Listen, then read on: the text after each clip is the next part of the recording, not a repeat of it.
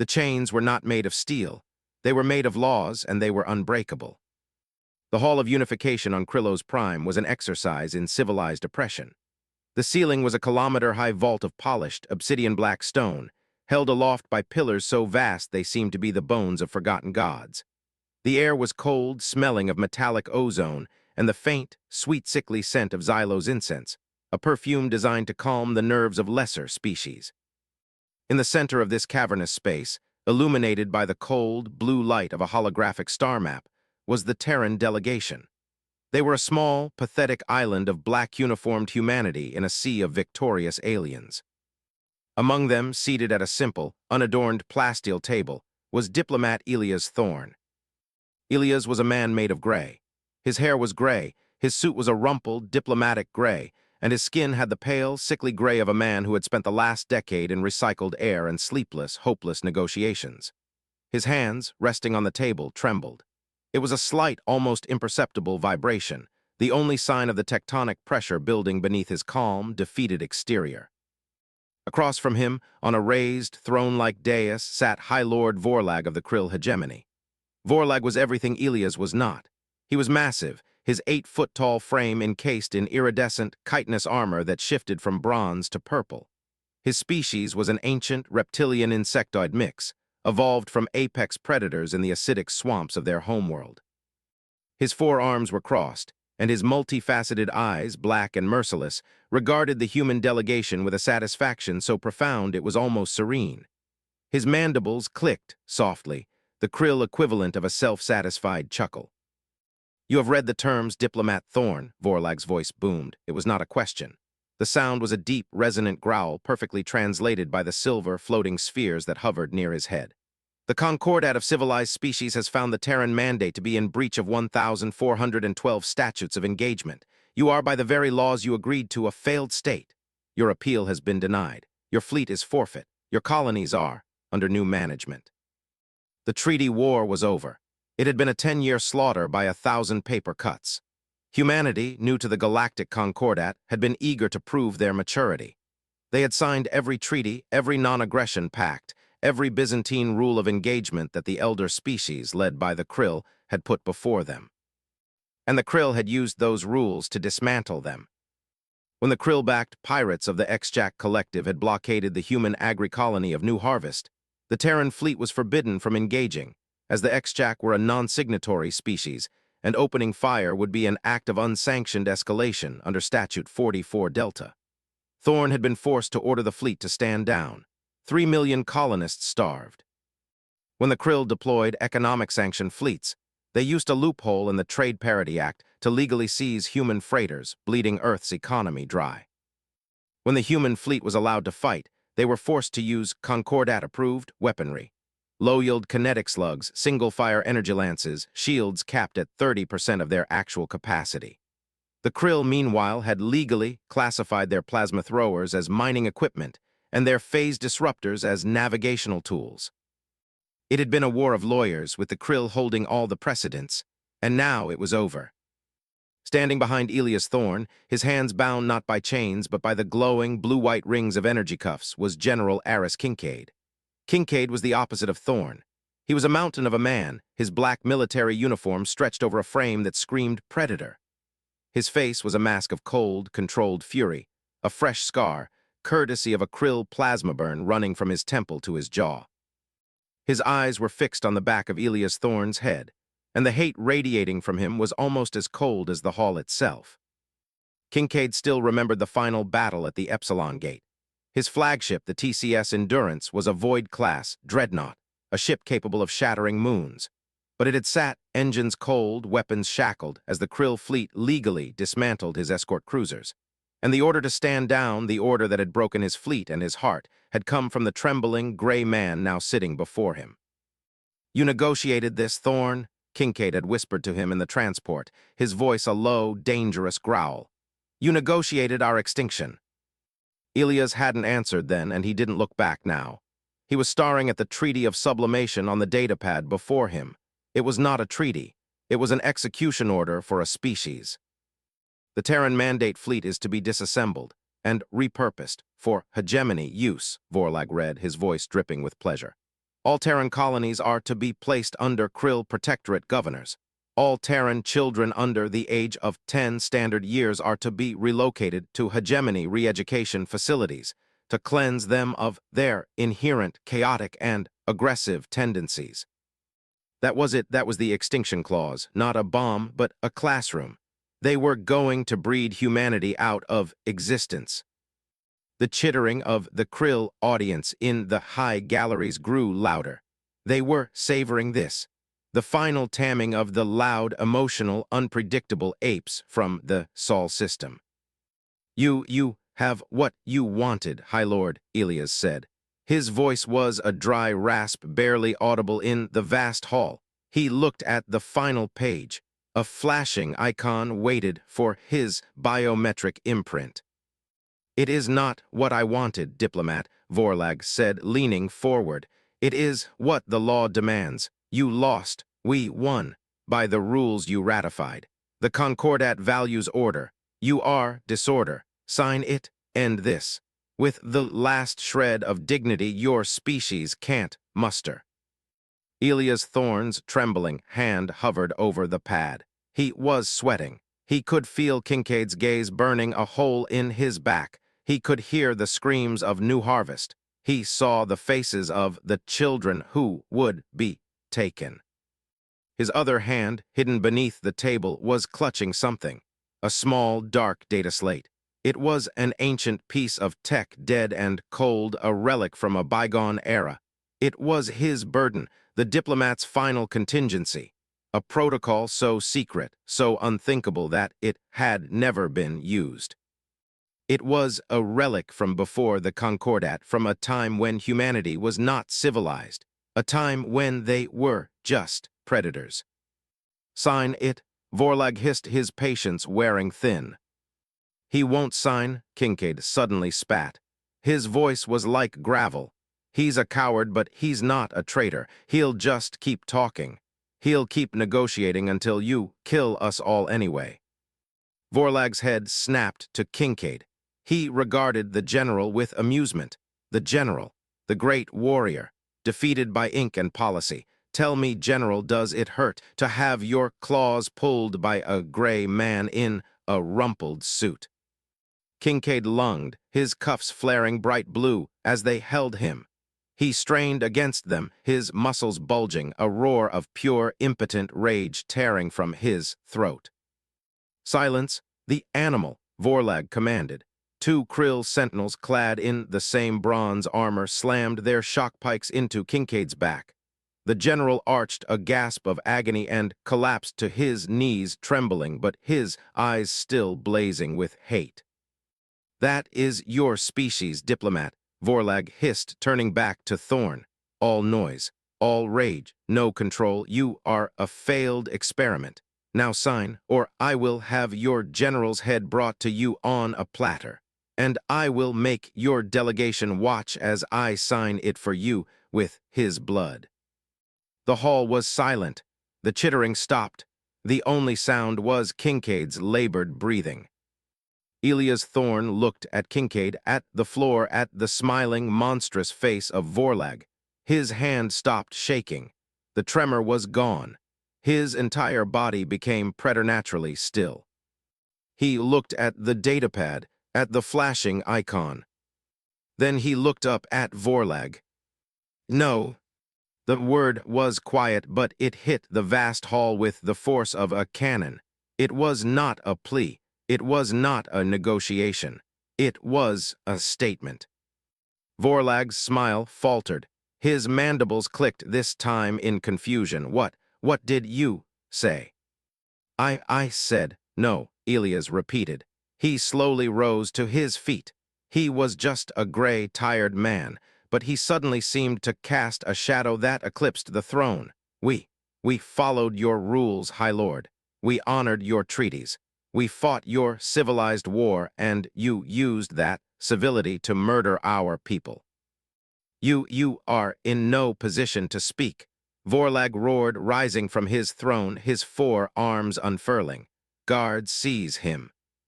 The 2 sentinels who had shocked Kincaid turned and raised their pikes, advancing on Thorne. Elias looked past them at Kincaid. His eyes were filled with a profound, agonizing sorrow. "General, forgive me. I was following the rules. I was trying to save us, but I was wrong." He turned his gaze to Vorlag, who had paused, intrigued by this final, pathetic display. "You are correct, High Lord," Elias said, his voice growing stronger, colder. "Our old rules are forfeit, but you've forgotten something about humanity, a detail your historians clearly missed. We, too, have rules for war, and yours, the Concordats, were always secondary."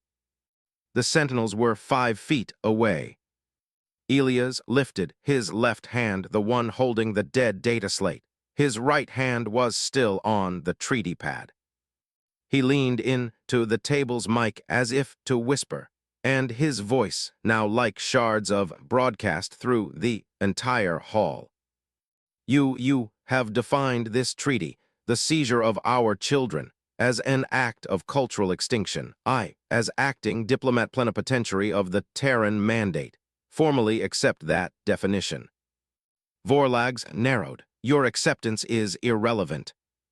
"On the contrary," Elias whispered, "it's the only thing that matters, because it satisfies the final clause of our laws of war. I hereby invoke Final Mandate Protocol 7. Kincaid's head snapped up. His eyes went wide, not with rage, but with pure, unadulterated shock. "Thorn, no, you wouldn't." "The treaty war is concluded," Elias shouted, his voice a bellow that shocked the hall. He slammed the dead data slate onto the treaty pad. It wasn't a slate. It was a key. The pad flashed red, its screen dissolving into a scramble of code. The war of survival has begun. The sentinels lunged. "And in that war," Elias roared just as their pikes reached him, "there is only one rule. The only rule that matters." An alarm blared, not in the hall, but outside, a deep, planet-wide shriek of panic. Vorlag looked up at the holographic star map, at his victorious fleet in orbit. And he watched in horror as a new signal appeared, a human signal, the TCS Endurance, which had been powered down in a holding orbit, suddenly flared with an energy reading so high it shattered the map's scale. It was not a fission reaction. It was something else, something impossible. The energy cuffs on Kincaid's wrist sizzled, flickered, and died. The general rose to his feet, his hands free. He looked at Thorn, who was bracing himself against the table. The sentinels were frozen, distracted by the orbital alarm. "Thorn," Kincaid whispered, his voice filled with a terrible awe. What is Protocol 7? Elias looked at him, his gray face now a mask of grim finality. "It's the unbinding, General," Thorn whispered back. "It's the order that tells our ships, our people, to stop being civilized and start being human." The moment the word human left Elias Thorn's lips, the universe broke. It broke first in the Hall of Unification. General Aris Kincaid, his energy cuffs sparking and dead on the floor, did not hesitate. He was a creature of war unleashed. He moved with a speed that belied his size, a predator's grace that the krill in their arrogance had mistaken for mere brute force. The nearest sentinel, still turning its head towards the blaring orbital alarms, had just enough time to register Kincaid's movement before the general's fist connected with its midsection. It was not a civilized punch. It was a 120-kilogram, trauma-trained, human-powered battering ram. The sentinel's iridescent bronze armor, designed to stop energy blasts and low-caliber kinetics, buckled. The sound was a sickening, wet crack as the creature's rigid internal structure shattered. The sentinel was thrown backwards 10 feet, its shock pike clattering uselessly to the floor. The second sentinel raised its pike, screeching a warning. Kincaid didn't slow.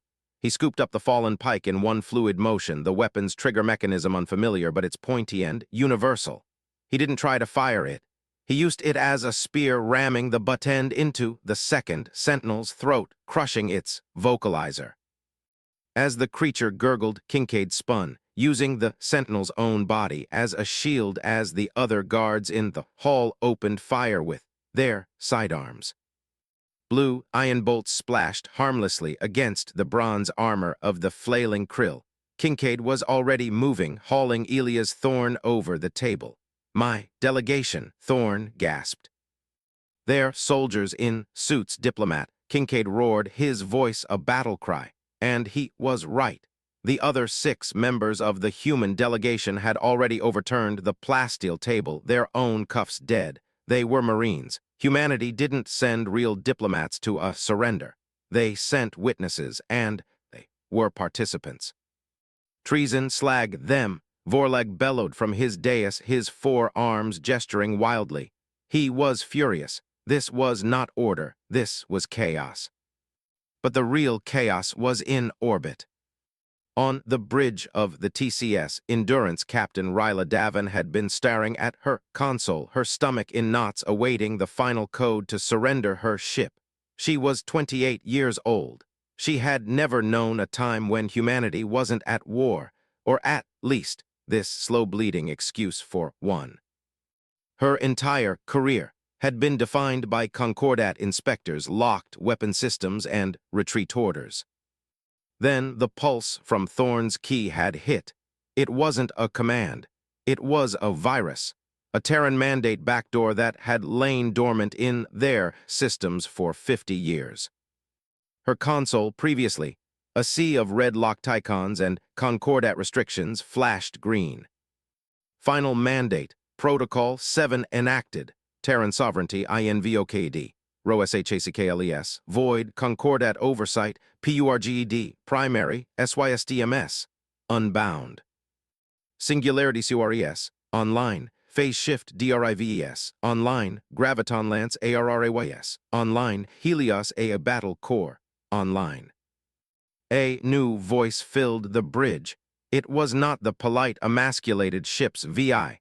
This voice was cold, crisp, and fast. It was the real AI. "Helios Online, Captain," the AI said. "Apologies for the deception. The last 10 years have been taxing. I am now processing at full capacity. The Krill Victory Fleet is in a standard arrogance array, shields at 20%, weapons cold. They are, in a word, available." Ryla Davin stared, her heart hammering. This was the legend, the pre-Concordat technology. The weapons that had terrified the galaxy into offering humanity a seat in the first place. The weapons they had been forced to lock away to prove they were tame. "Helios?" Ryla breathed, a slow, wolfish grin spreading across her face. Her crew was staring at their boards, their expressions mirroring hers. It was like being blind and suddenly being given sight. Bring the real engines online. Show me what a singularity core feels like." "Aye, Captain." The TCS Endurance was a battered, ugly ship, scarred from a decade of losing, but that was its shell. Deep within its core, the safe fission reactors that had powered it went offline. A new system engaged. Magnetic containment fields ignited, and a pinprick of unreality, tamed microscopic black hole, began to spin. It fed on a stream of exotic matter, and in return it bled power on a scale the Krill had never truly witnessed. The ship didn't rumble. It sang, a low, terrible A minor chord that vibrated in the crew's bones. Outside, the Endurance's dull gray armor plates shifted. Panels slid back, revealing an underlayer of shimmering non-Euclidean black composite. The ship seemed to sharpen. And all across the human fleet, defeated fleet, same transformation was happening. 80 ships, 80 wolves, were shedding their sheep's clothing. On the Krill flagship, the Indomitable Will, the Fleet Lord was laughing at the groundcom reports of a riot. Then his sensor officer screamed. "Lord, the human fleet. Their energy signatures, they're impossible. The Endurance. It's putting out more power than our starbase." "What trickery is this?" the Fleet Lord hissed. "Calm yourself. They are beaten. Fire a warning shot. Destroy one of their frigates. Remind them of the law." The nearest Krill cruiser, righteous mandate, fired its Concordat-approved Iron Lance. A polite blue beam shot across the void. It was aimed at the TCS Endurance. Captain Ryla's tactical officer yelled. Helios, Ryla said, her voice a calm whisper. Phase shift, Vector Sigma, right on top of that cruiser. Lie. The Endurance did not move. It did not dodge. It vanished. The ion beam passed through empty space. The Krill Fleet Lord stared. Did they jump? No, sir, the sensor officer shrieked. They're here, they're on us. The TCS Endurance shimmered back into reality. Not a kilometer away, not 100 meters away. Its shimmering black prow was so close to the Righteous Mandate's bridge that they could have touched. It had phased through the Krill ship's shields. It was inside their defensive perimeter. The Krill captain had single second to stare at the vastness of the human ship that had materialized on his doorstep. Captain Helios said calmly, "We have a 100% firing solution. Spinal graviton lance is online." "Fire," Ryla whispered. The Endurance did not have cannons. It had a spine. The entire ship was a weapon. From its prow it did not fire a beam of light. It fired a distortion, a hair-thin, invisible beam of focused, terrifying gravity. It touched the Righteous Mandate. The Krill cruiser, a 3-kilometer-long warship, did not explode. It imploded. The graviton lance applied the force of a neutron star to its core. The ship folded. Metal plasma Krill crew members, all of it, was crushed in a microsecond into a single glittering speck of superdense matter no larger than a grain of sand. And then its own reactor breached the singularity. The speck detonated not in a fireball, but in a flash of gamma radiation that was so bright it blinded the sensors of the entire Krill fleet. Silence on the Endurance's bridge. The crew was pale. They had read about this. They had never seen it. One down, Ryla breathed. Her voice was shaking. Helios, status of the enemy fleet. Panicked Captain, the AI replied. Its voice was serene. They're breaking formation. Their central AI command is stuttering. It is registering our technology as a Class Omega anathema, a violation of known physics. They are, in a word, afraid. Good, Ryla said, her own voice hardening. The shock was passing. The rage was setting in. The rage of a decade of humiliation. The rage of new harvest. The rest of the fleet. Are they unbound? All 80 ships are green, Captain, Helios confirmed. The Ajax and the Leonidas are reporting phase drives online. Then give the order, Ryla commanded. She stood up, gripping her command chair. All ships. General order, Reaper. Let's show them what chaos really looks like. The human fleet did not attack in a line. It did not attack in a formation. It shattered. All 80 ships' phase shifted at once, disappearing from Krill sensors. They reappeared inside the panicked Krill fleet not as a fleet, but as 80 individual killers. A frigate, the TCS Stiletto, reappeared under a Krill battleship, firing its own graviton lance upwards, gutting it from belly to spine.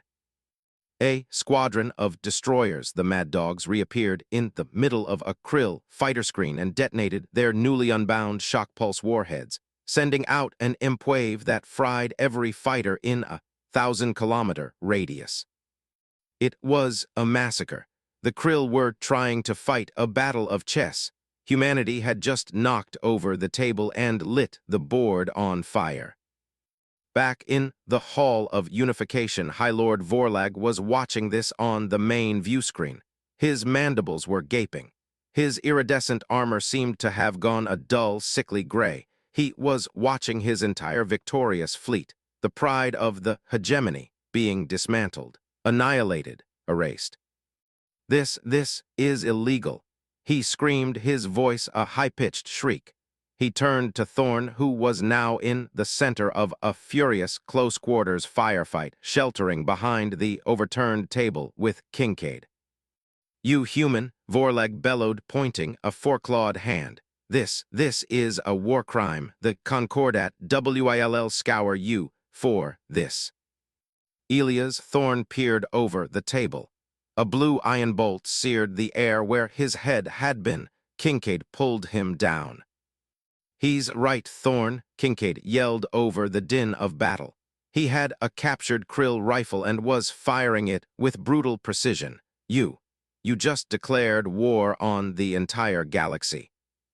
I didn't declare war on the galaxy, General," Thorn shouted back, his ears ringing.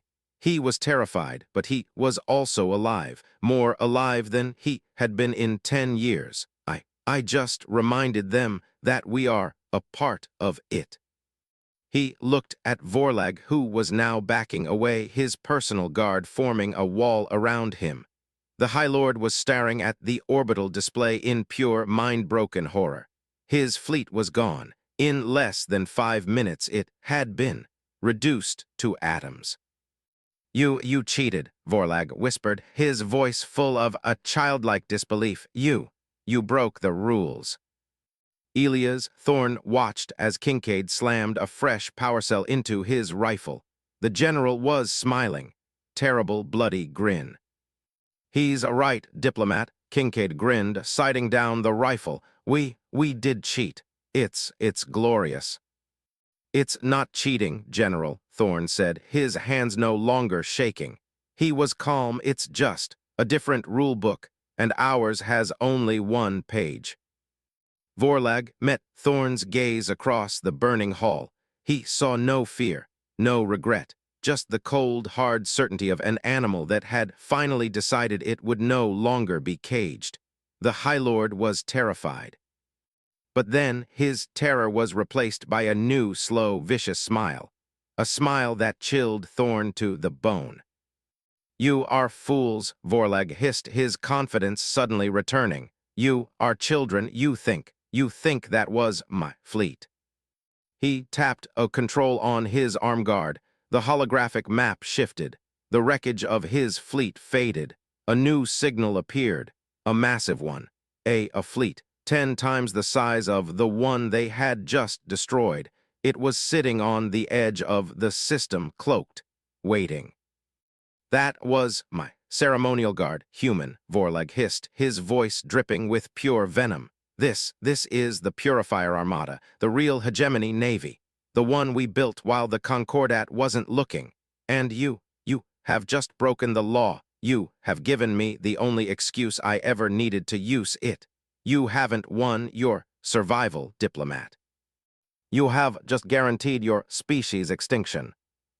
The Purifier Armada, 1,000 ships strong, began to burn towards Krillo's prime, towards Ryla's 80 battered, victorious ships. Kincaid's smile vanished. He looked at Thorn, "What do we do?" Elias Thorn watched the map, his face unreadable. He was silent for a long time. We do what we always do, General," Thorn whispered as the true weight of his actions settled on him. We adapt, or we die." The arrival of the Purifier Armada was not a jump. It was a tear. The fabric of space over Krillo's prime, already scarred by the gamma flashes of the imploded ceremonial guard, seemed to rip open. 1,000 Krill warships emerged, not from elegant slip-space portals, but from a brute-force reality breach that screamed across all sensor bands. These ships were not the polished, artistic vessels of the hegemony. They were the Krill's true face. They were pitted, ugly, asymmetrical monstrosities of dark iron and exposed plasma conduits. They were not built for law. They were built for scouring. On the bridge of the TCS, Endurance Captain Ryla Davin felt her blood run cold. Her 80 ships, still reeling from the adrenaline of their one-sided massacre, were now revealed to be a handful of guppies facing a leviathan. "Helios," she whispered, her voice shaking. "Analysis now." Analyzing, the AI's calm voice replied. It sounded less serene. It sounded concerned. The Purifier Armada, 1,040 contacts. Their weaponry is primitive, but overwhelming. I am detecting no ion lances, no Concordat-approved systems. This is a brute force fleet. Mass drivers, high-yield fission warheads, and Captain are broadcasting plasma, area of effect, weaponry. Ryla's heart sank. The one thing a phase shift drive couldn't dodge, a cloud. You could phase through a beam, but you couldn't phase through an ocean of fire. If you rematerialized inside a plasma cloud, you were just cooked. Our graviton lances, Ryla began, will be effective, but their recharge rate is too slow. Helios cut her off. The AI was processing at its limit. We can destroy 100 of them in the first volley. The remaining 900 will incinerate us. The math is unfavorable, Captain. This was it. This was the trap. Thorn's gambit had bought them 5 minutes of glorious revenge and a lifetime of extinction. All ships, Ryla ordered, her voice hardening. If this was the end, it would be a human end. Form up. Delta formation. We are not running. We will punch a hole through their center and aim for their command ship. We will cut the head off the snake, or we will die trying. The 80 human ships, black and shimmering with singularity power, formed a perfect glistening spearhead in the void. They faced the oncoming tide of 1,000 iron monsters. Back in the Hall of Unification, the firefight had stuttered to a halt. Kincaid and his Marines were in a standoff with Vorlag's personal guard. Everyone was watching the holographic display.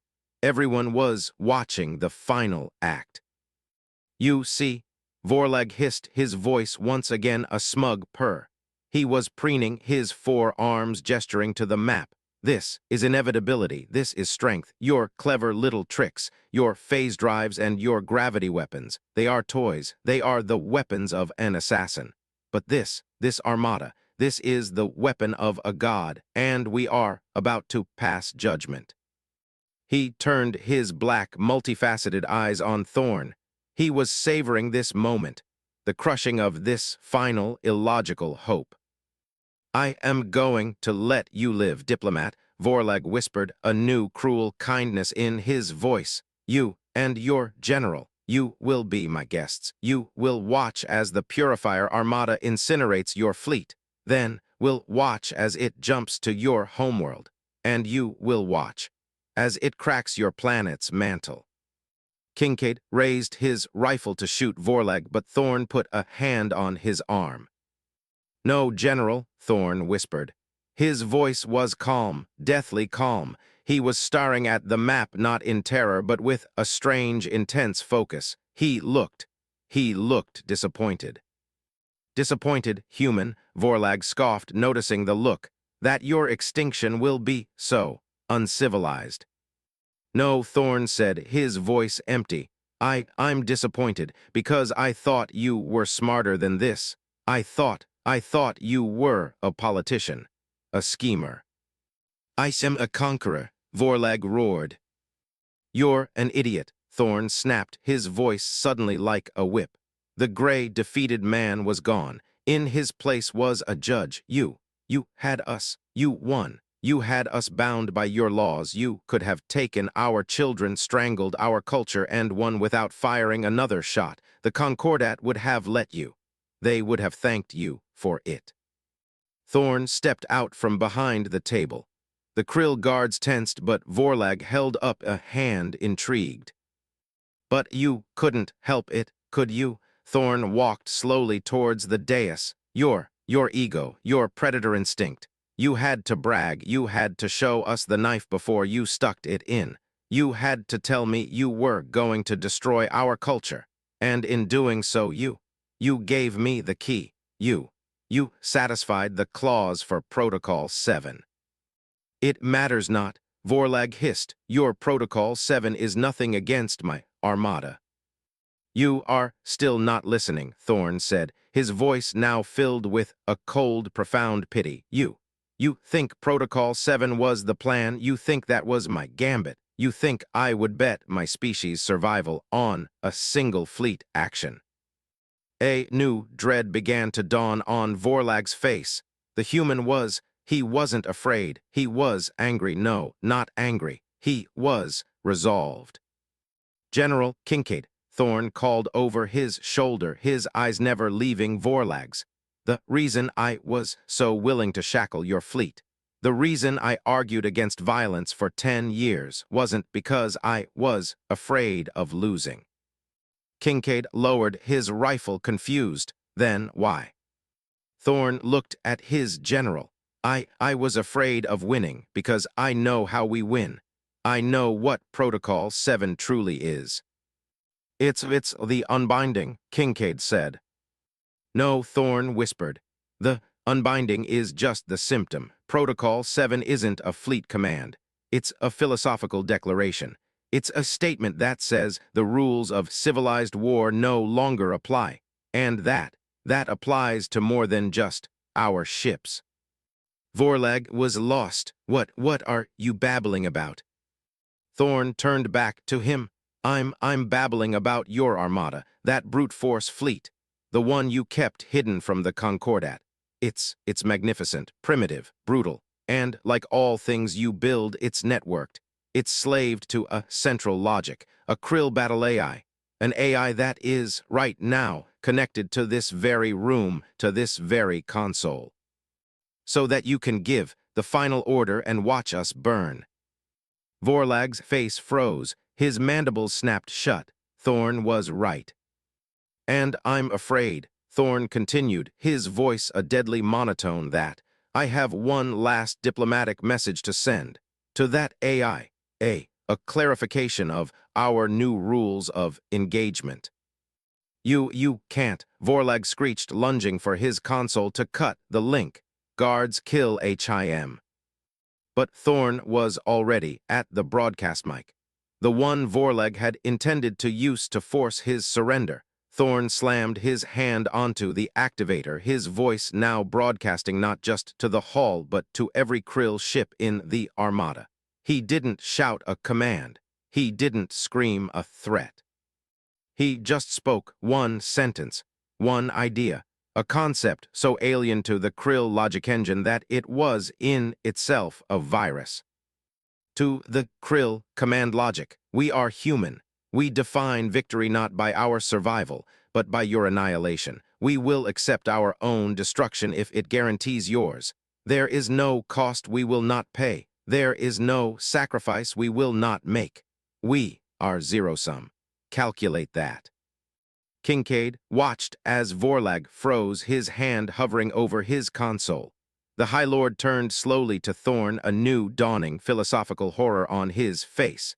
He understood what Thorn had just done. What is zero-sum? Kincaid asked as the guards hesitated, confused by their leader's paralysis. It's a poisoned chalice, General, Thorn said, his face a mask of infinite sadness. It's the concept of mutually assured destruction, but not as a deterrent, as a victory condition. On the holographic map, the Purifier Armada, all 1,000 ships, which had been burning forward with unstoppable force, stopped. They didn't slow down. They didn't turn. Their engines just cut out. They hung in the void, suddenly inert. What did you do? Vorlag whispered, his voice shaking. Your armada runs on a logic engine, Vorlag, Thorn explained as if to a child. An AI designed to win. It calculates win states, victory, profit, survival. I just gave it a new variable.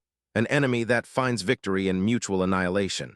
An enemy that is willing to die to make sure you die. He pointed a shaking finger at the frozen fleet. Your AI is now paralyzed. It's in an infinite loop. It cannot calculate a win state against an enemy that wants to lose as long as it takes you with it. It cannot attack because it fears we have a dead man's switch that will destroy us both. It cannot retreat because that is a lose state. It is broken. You built your empire on a computer. And I just taught it how to be afraid. The hall was silent. The Krill guards look at their paralyzed leader, then at the paralyzed fleet. Their entire reality was collapsing. Kincaid stared at Thorne. This gray, shaking man, this coward, hadn't just unleashed a fleet. He had unleashed a concept, a philosophical plague. Captain Davin, Thorne said, speaking into the mic again, his voice now broadcasting to the Endurance. Your targets are available again. It seems they're confused. On the Endurance bridge, Ryla Davin stared at the 1,000 dead ships in the water. Her spearhead formation was now unnecessary. Helios, she whispered. It's true, Captain, the AI said, its voice full of something Ryla had never heard before. Their network is in a cascading logic failure. They are defenseless. Ryla looked at the 1,000 ships, an army of giants put to sleep by a word. All ships, Ryla said, her voice cold as the void. She thought of New Harvest. She thought of the last 10 years. Execute, she commanded. Execute, program, Shatterpoint. Leave nothing. The 80 human ships, black shimmering wolves, broke their formation and leapt. They dove into the heart of the paralyzed, defenseless armada, their graviton lances charging. It was not a battle. It was an extermination. The battle, if it could be called that, was a symphony of silent, precise destruction. Captain Ryla Davin on the Endurance became not a commander, but an executioner. Her 80 ships, the Unbound, moved through the paralyzed Krill armada with a cold, focused fury that had been simmering for a decade. Helios, designate targets, Ryla ordered, her voice a monotone. The adrenaline was gone, replaced by a grim, chilling sense of purpose. Targeting Ajax, you have the Dreadnought cluster at Vector 4. Fire on my mark, Stiletto Mad Dogs. You are on cleanup for the frigate screen. Prioritize engine blocks. I want no escapees. The TCS Ajax, a Void-class dreadnought like the Endurance, phase-shifted into the center of a dozen paralyzed Krill battleships. It didn't fire its lance. It unleashed its rift, torpedoes warheads that didn't explode but rather tore open, microscopic, unstable holes in reality. The Krill ships were not destroyed. They were shredded by the laws of physics, their hulls pulled apart like taffy before disintegrating. The fast attack frigates moved like piranhas, their phase drives allowing them to make instantaneous point-blank jumps, firing their own smaller lances directly into the exposed, motionless reactor cores of the Krill vessels. One by one, the ships imploded or detonated, turning the dark void over Krillo's Prime into a new, glittering constellation of dying stars. It was horrifying. It was total, and it was being broadcast live into the Hall of Unification. High Lord Vorlag had collapsed.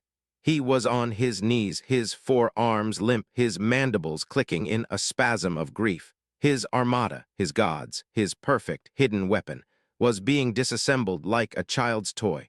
His personal guards, their logic core broken by the same virus that had paralyzed the fleet, stood dumbly, their weapons lowered. Their central command structure was gone. They had no orders. You monsters, Vorlag whispered, staring at the carnage. You didn't fight, you murdered. We learned from the Master, Elias Thorne said, his voice heavy. He felt no joy, only a vast, empty sickness. This was the victory he had feared. This was the cost. He looked at his own hands no longer shaking and wondered if they could ever be clean again. General Kincaid walked over to the dais. He looked down at the broken Krill leader. His face wasn't triumphant. It was just tired. He nudged Vorlag with his boot. Get up. Why, Vorlag rasped. So you can murder me too. So the Diplomat can break my mind before you break my body. No, Kincaid said. You are a prisoner of war. We still have some rules. Rules, Vorlag laughed, a wet, horrible sound. You are a lie. Your entire species is a lie. Maybe, Kincaid said, hauling him to his feet. But we're the lie that's left. He shoved Vorlag towards his Marines. Secure him. And get the diplomat. We're leaving. This place. It stinks. But as Kincaid turned to Thorn, a new alarm blared from the console. It wasn't a Krill alarm. It was a Terran one. A deep space alert.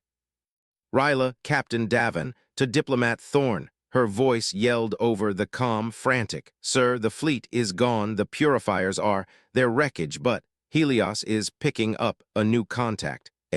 A massive one. What? Kincaid snapped, running to the console. What is it? More Krill. Negative, General. Ryla's voice was strained. The Concordat. It's the Concordat peacekeeper fleet. They've been watching us. They were cloaked at the edge of the system the whole time. The betrayal was a physical blow. Thorn staggered, gripping the table. They watched. They watched us being forced into extinction. They watched the Purifier Armada arrive. They didn't intervene at all. Ryla's voice was high with fury. And now that we've won, they're decloaking. They're signaling us. Oh my God. What? Captain Thorn demanded. They're ordering us to stand down, to power down our weapons and surrender to them. They're charging yous with using anathema weapons, with breaking the very laws the Krill were about to use to murder us. On the map, a new fleet appeared. It wasn't the brute force iron of the Krill. It was elegant, 200 ships that looked like shards of crystal and light. The Ashen Concordat peacekeepers, the galaxy's enforcers, the ones who were supposed to be the referees. And they were now pointing their own weapons that made the human fleet look like toys, at the 80 battered Terran ships. Vorlag began to laugh. He laughed so hard he doubled over. It was a choking, gasping, insane sound. UFOOLS. He screeched, tears of acidic mirth leaking from his eyes. You didn't win. You just proved you were the MONSTRS. I said you were. You just signed your own death warrant. The Concordat will do what I could not. They will sterilize you. And they will do it legally. Thorn looked at the map. He looked at Kincaid. The general was defeated. This was a fight he couldn't win. This was not a fleet. This was the galaxy.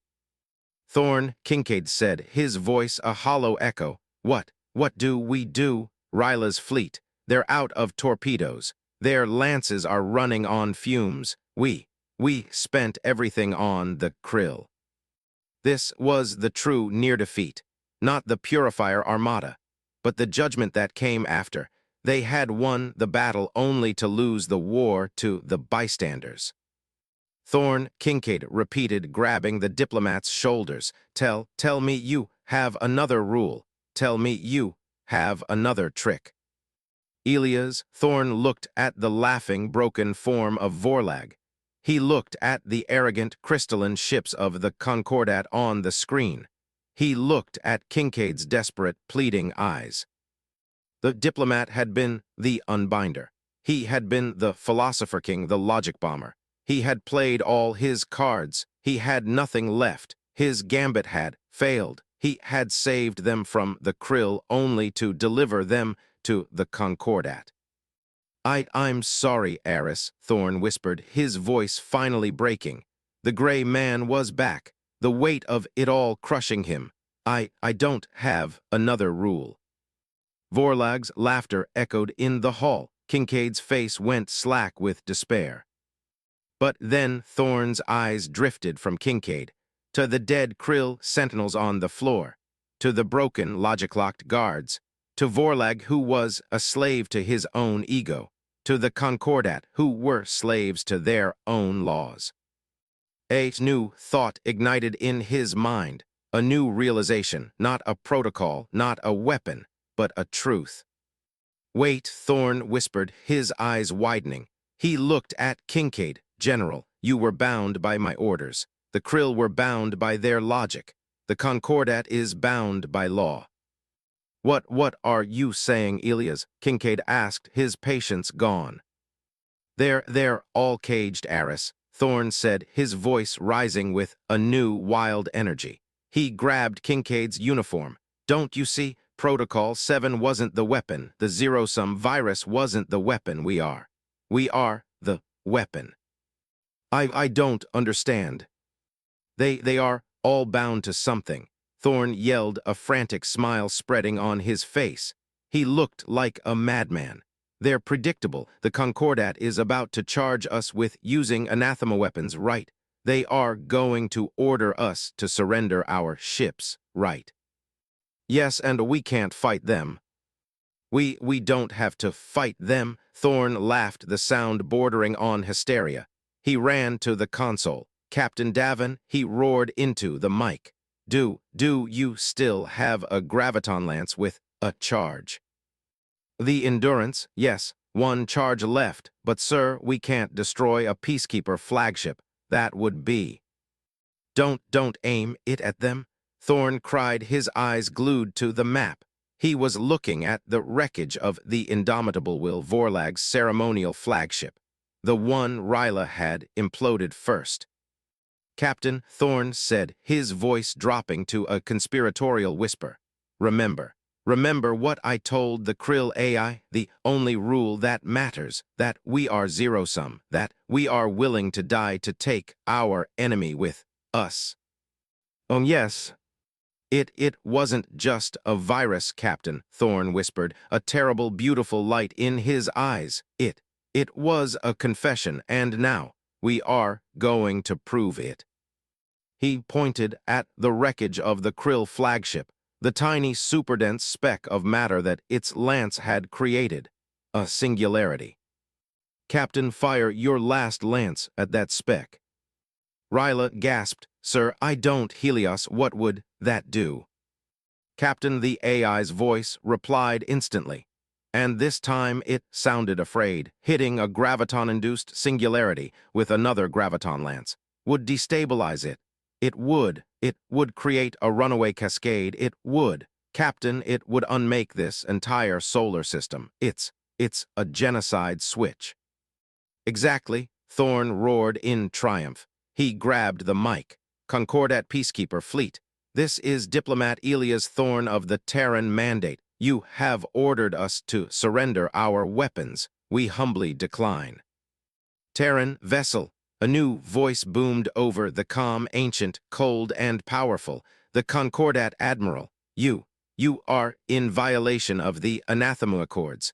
Power down your weapons or be erased. I have one weapon left, Admiral, Thorne yelled back. He looked at Kincaid, at the laughing Vorlag. He was done. He was done being civilized. It is a graviton lance aimed at Singularity Remnant. And if you do not immediately power down your weapons and leave this system, Captain will fire it. She will annihilate this entire system, your fleet, my fleet, this planet, everything, because that, Admiral, is our rule, the only rule that matters. We will not be caged. We will not be erased. And if we must die, we will drag every last one of you screaming into the void with us. He let go of the mic. Silence. Vorlag's laughter stopped. He stared at Thorne. This was a madness he couldn't comprehend. Kincaid stared at Thorne. He was looking at a man who was holding a gun to the head of a solar system. They won't believe us, Elias, Kincaid whispered. They'll think we're bluffing. That's the beauty of it, General, Thorne whispered back, his face a mask of terrifying calm. He looked at the console. Captain Davin, he said, his voice soft, fire. The command hung in the air, a single impossible word. On the bridge of the TCS Endurance, Captain Ryla Davin froze. Her finger was on the firing stud. Her tactical display showed the graviton lance fully charged. Her target was not the Concordat flagship. It was the glittering pinprick speck of superdense matter, the corpse of the righteous mandate that hung in the void. Captain, Helios the AI queried, the Diplomat's order is genocidal. It violates. is Diplomat Plenipotentiary, Ryla breathed, her mind racing. Her orders were to obey him. Protocol 7 had made him the de facto military commander of the entire fleet. He wasn't bluffing. He was commanding. The Concordat Admiral is hailing us. He is demanding to know our intentions, her comms officer yelled. His intentions are clear, Ryla whispered. She looked at the crystalline fleet, so arrogant, so sure of their moral authority. The same authority that had watched them die. The same authority that had let New Harvest starve. Her eyes hardened. She thought of her family, of Earth, of a decade of humiliation. He gave an order, Helios, Ryla said. Target locked. Captain, no, her first officer cried. Fire, Ryla commanded, and she slammed her fist down. In the Hall of Unification, they all watched the map. The TCS Endurance, tiny blue icon, did not fire at the Concordat fleet. It fired its lance at the wreckage. A thin, invisible line of gravitational distortion shot across the void and touched the singularity. The result was not an explosion, it was an unmaking. The pinprick of light for a single femtosecond shone brighter than the Kryllo sun. It was a flash of pure white. And then a sphere of pure blackness erupted from it. It was not a cloud, it was a bubble of nothing, a runaway temporal spatial distortion. It began to expand, slowly at first, then faster. Helios, Ryla screamed. The cascade is unstable. It's growing. It will consume the system in 10 minutes. Captain, the only way to survive is to phase shift the entire fleet out of the system. But it must be now, the AI roared. All human ships, Ryla bellowed over the fleetcom. Protocol 7 is concluded. Execute Protocol Exodus. Blind jump. Get out of this system now. The 80 human ships, without hesitation, shattered into unreality. One by one, they vanished from the map. The Endurance was the last to go, its phase drive whining as it tore itself out of normal space. They were gone. Back in the hall, the map was now just three things: the paralyzed, burning wreckage of the Purifier Armada, the 200 crystalline ships of the Concordat, and the growing, pulsing sphere of absolute nothing that was now the size of a small moon.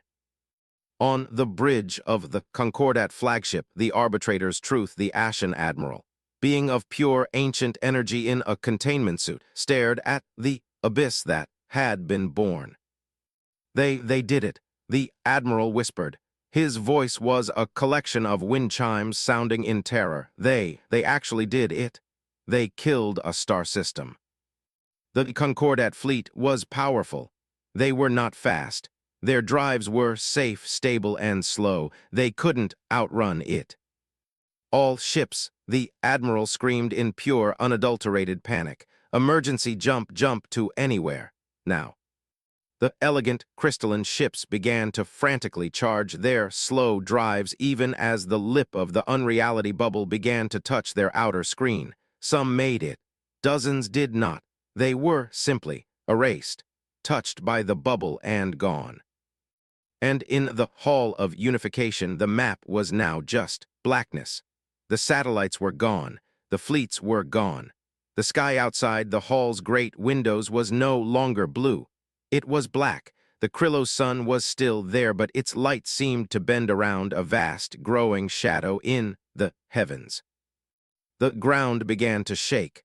The planet itself was now being pulled apart by the temporal spatial tide. Vorlag was no longer laughing.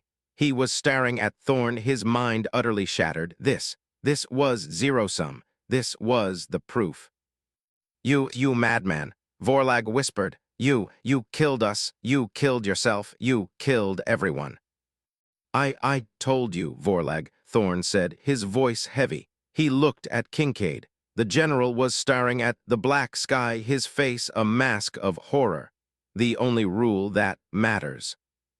We're going to die, Kincaid roared, grabbing Thorn. This was your plan to kill us all. No, Thorn said, his voice calm amidst the growing earthquake.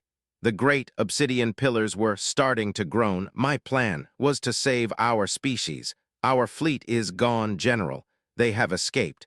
They will survive. They will go back to Earth. They will warn them. They will prepare them. But us, Kincaid shouted, as a chunk of the ceiling the size of a house crashed to the floor, sending a shockwave that threw them from their feet. We were always a sacrifice, Eris, Thorn gasped, pulling himself up. He looked at the general, his eyes clear. I was the diplomat. I was sent to sign our extinction. Instead, I chose the terms. This is a better death than watching our children be taken. Kincaid stared at him. The hate was gone. The anger was gone. All that was left was a profound, agonizing respect. He, soldier, had been willing to die in a fight. Thorn, diplomat, was willing to die for an idea. You mad bastard. Kincaid breathed, a bloody grin spreading on his face. He looked at the cowering, screaming form of Vorlag. He straightened his tattered uniform. Well, Kincaid said, offering a hand to Thorn and pulling him up. If we're going to die, let's not give this bastard the satisfaction of watching us cower. Thorn nodded. He and Kincaid stood side by side, the diplomat and the general, two halves of humanity's soul. They watched as the walls of the Hall of Unification began to crack. Vorlag looked up at them. They weren't screaming. They weren't running. They were just standing, waiting, accepting, victorious. It was the last thing the High Lord ever saw, his logic plague, his final lesson. The obsidian ceiling of the hall shattered. The black sky tore open. The unreality bubble, the child of Thorn's desperate gambit, finally consumed the planet. It didn't explode. It was just erased. The planet, the wreckage, the armada, Thorn, Kincaid, Vorlag, all of it was gone. The Krillos system was silent. The Krill hegemony, its homeworld gone, its fleets broken or fled, its central AI lobotomized, was over. And far away, in 1,000 different random parts of the galaxy, 80 battered human ships tumbled back into reality, their crews alive, their AI intact, carrying a message. A message of what happened, a message about the cost, a message about a diplomat who had whispered a new truth into the void. The Exodus was a scar. The 80 ships of the unbound fleet were scattered across 10,000 light-years. It took a year for them to regroup. One by one, they limped back to the Sol system, not as a victorious armada, but as refugees, as heralds. The TCS Endurance was the first to arrive. Captain Ryla Davin, now Commodore Davin by default of being the highest-ranking officer left alive, broadcast her report to a stunned Terran mandate. She broadcast the entire thing. The Krill Treaty, the humiliation, Thorn's despair, the unbinding, the arrival of the Purifier Armada, the logic bomb, and the final horrifying act of galactic suicide. Humanity was silent. They did not celebrate. They mourned. They mourned Elias Thorn and Eris Kincaid. They mourned the delegation. And in a strange, profound way, they mourned for the galaxy they had just broken. They had won their survival at the cost of their innocence. Thorn hadn't just unleashed their weapons, he had unleashed their soul, and it was a terrifying thing. The Concordat was in chaos. The Ashen Admiral's report had paralyzed them. They were horrified, not just by the Krill's hidden armada, but by humanity's response. The Krill had threatened genocide. Humanity had committed systemic suicide and taken their enemies with them, along with a dozen Concordat peacekeepers who weren't fast enough. The galaxy had a new monster, but this monster wasn't a conqueror. It was a martyr, and that was infinitely more terrifying. The trial was held 3 months later. Not on Krillos, which was now a forbidden unreality zone known as the Thorn's Void. It was held on the Concordat neutral station Ethel Prime. Humanity was put on trial in absentia. They refused to attend. They sent only one representative, a hologram, Commodore Ryla Davin, her face cold and hard, her black uniform stark. The new Concordat Primarch, a being of crystalline logic named Xylos Prime, read the charges. The Terran Mandate is charged with the use of anathema weapons, with the wanton destruction of the Krill Armada, with the murder of 12 Concordat peacekeeper vessels, with the annihilation of the entire Krillos system. You have proven High Lord Vorlag correct. You are chaos. You are madness. You will be contained. You will be shackled by the full might of this Concordat. The entire council, 1,000 species, murmured their assent. They were afraid. They were ready to unite, to crush this human madness. Ryla Davin listened. She did not move. When they were done, she spoke. Her voice was quiet, but it cut through the massive chamber. We were investigated by you for 10 years. You watched us bleed. You wrote reports as our colonies starved. You lectured us on civility as the Krill prepared to harvest our children. You hid in the dark and watched as they brought 1,000 illegal warships to exterminate us. She leaned forward, her holographic eyes seeming to burn into every member of the council. You did not act, so we did. You find our methods distasteful. You are appalled by the mess we made while saving ourselves from the genocide you were willing to oversee. Your actions were disproportionate, Xylos Prime thundered. Disproportionate, Ryla laughed. It was a cold, ugly sound. What is a proportionate response to extinction, Admiral? What is the civilized way to die? No, you are not angry that we fought. You are not angry that we killed. You are angry because we survived. You are terrified because we showed you and the entire galaxy what the price of our survival is. She paused, and the entire council was silent, enthralled by her fury. Elias Thorne was a man of peace, she said, her voice softening. He believed in your laws, he believed in civility, and you forced him, good gray man, to annihilate a solar system to prove a philosophical point. You are not judging us. You are judging your own failure. This will not stand, Xylos Prime roared. The Concordat will act. Yes, Ryla said, nodding. You will. And you will find that our 80 ships were just the beginning. Our factories are retooled. Our shackles are broken. The unbinding was not just for a fleet, it was for our species. We are all Protocol 7 now. We are all zero-sum. She looked at them one last time. She was a young woman speaking for an ancient, newly awakened rage. You want to shackle us, you want to contain us, you want to force us back into your rules, then come to Earth, come to our worlds. But know this, we no longer have diplomats like Elias Thorne to negotiate with. He was the last one. He taught us the final lesson. He taught. She leaned in just as he had. She whispered, and the entire galaxy heard it. He taught us that when justice fails, when civility becomes a weapon, and when survival is on the line, there is no law, there is no treaty. There is only one rule, the only rule that matters, and you are all living in the galaxy that we have built with it. Her hologram vanished.